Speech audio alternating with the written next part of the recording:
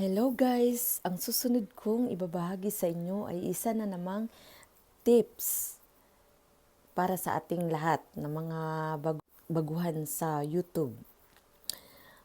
Ang tips na ito ay maaari nating i-apply sa ating mga live streaming.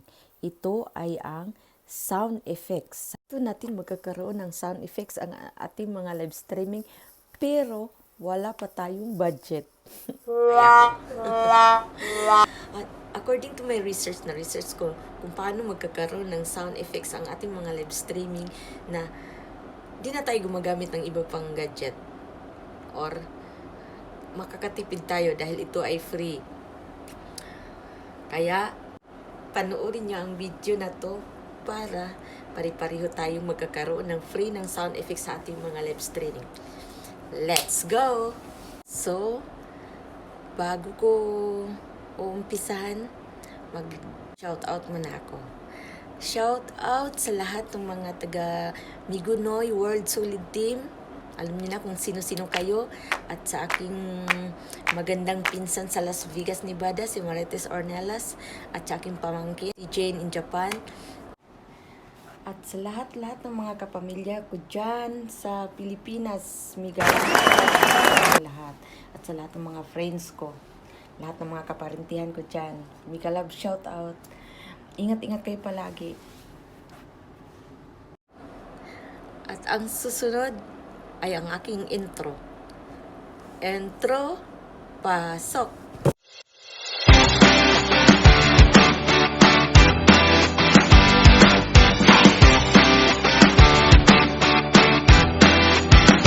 Aking laptop para umpisahan na natin ang pag-screen recording kung paano magkakaroon ng free sound effects sa ating mga live streaming na gamit lang ang ating mga laptop. Hindi na kailangan gumagamit pa or bumibili pa tayo ng V8 or something na mapuproduce ng sound effects sa ating mga live streaming. Ito ay free. Isa itong links na ida-download natin para makaproduce at tayo ng mga sound effects sa ating live streaming. Ito ay ang myinsta.com. Yan ang ida-download natin sa ating mga laptop para magkakaroon ng sound effects ang ating mga live streaming gamit ang StreamYard. Halika na guys! Ngayon guys, dito na tayo sa screen ng aking laptop. Punta tayo sa Google, isa-search natin ang My Instance. Ito na siya guys, My Instance, Google search.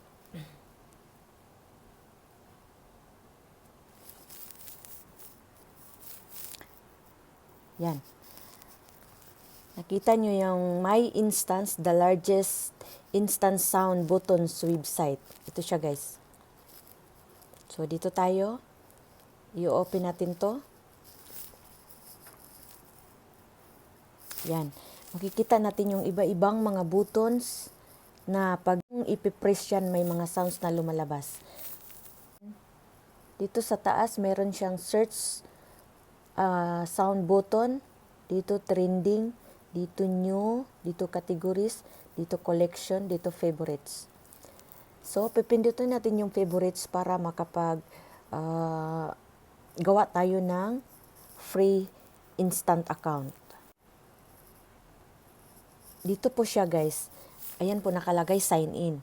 Dahil wala pa akong instant account, gagawa tayo ng instant account. Or pwede din i-log in with Facebook or sign in with Google. Then, password.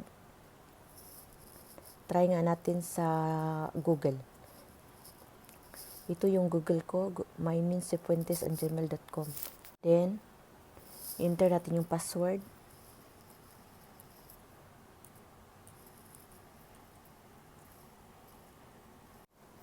Tayo mag-sign in. myminsifuentes@gmail.com. Try nga natin dito sa Facebook. Pwede rin dito sa Facebook account. So, dito na tayo sa mag-login sa Facebook.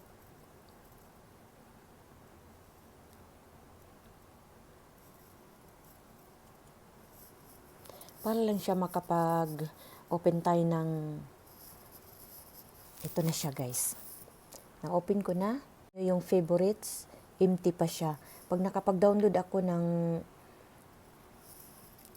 sound, dyan siya makikita. So, soundboard.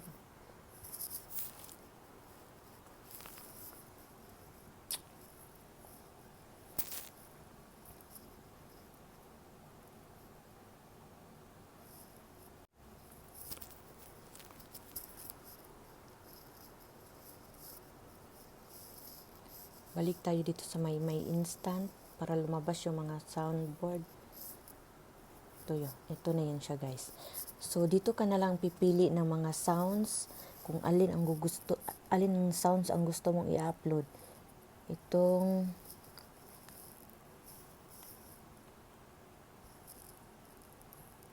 dami siyang ads. Ito.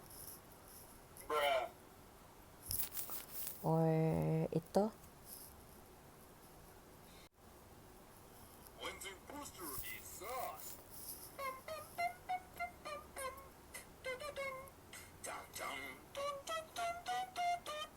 Or ito buzzer. So, yan ang una kong i-upload yung buzzer. So, kunin natin to.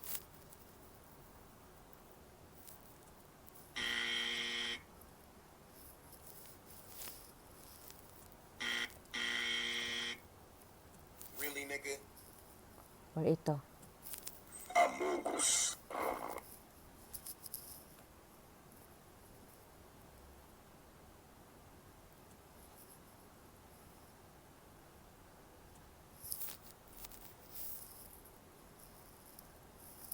Then, punta tayo sa favorite.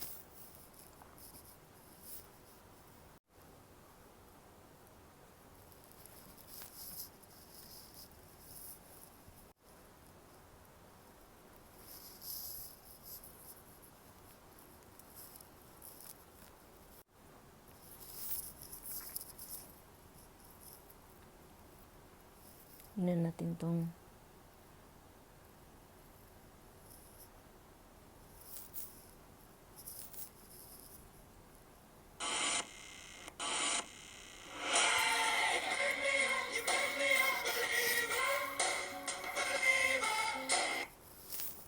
or ito.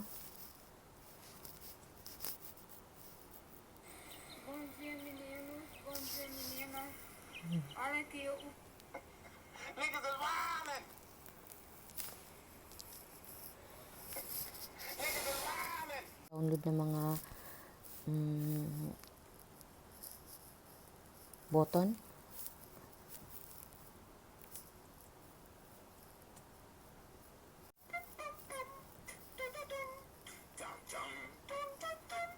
Or ito munang buzzer. Ito yung buzzer. So, punta tayo dito sa title niya. Itong buzzer, pindutin natin.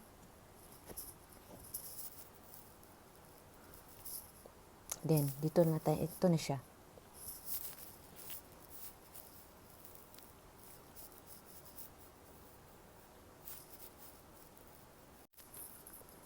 Ito na siya. Ito na siya guys. Then, patunugin muna natin. Then, punta tayo sa add. Add. Ito. Sa baba. Para ma-i-add na natin. Add to my soundboard.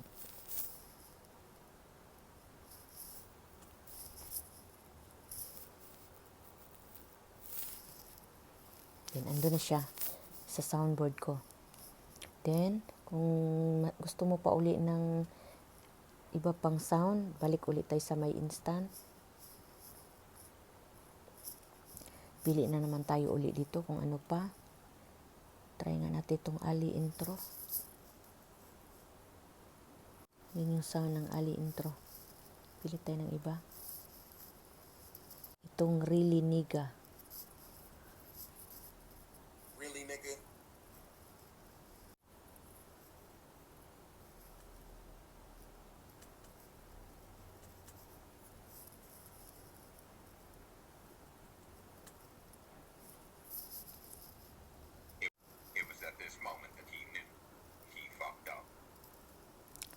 Dun, same as usual pa rin guys. Punta pa rin tayo sa add. Ito sa add to my soundboard. Yan.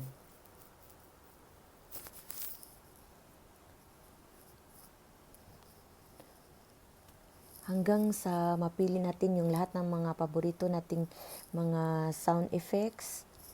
Ganun na ganun lang ang gagawin guys. I-add to my soundboard. Pili ka dito. Pili ka sa mga button na to. Tapos i-add mo doon sa my soundboard.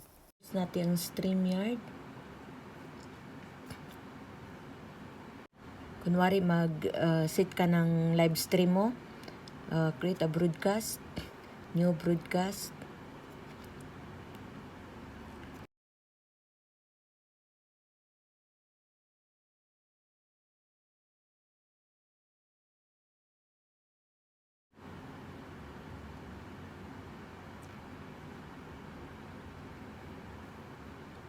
Yan, example lang natin to guys ha.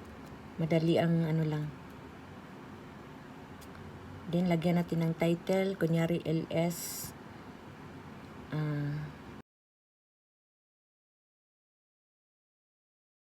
Streaming. Or, ilagay natin live streaming 22. Then, lagyan natin description. Then, public.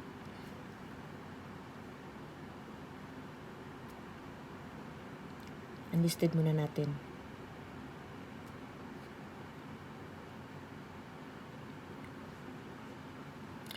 Yan, naka-StreamYard na yan guys. Naka-open na yung StreamYard. Mag-add tayo dito ng isa pang window.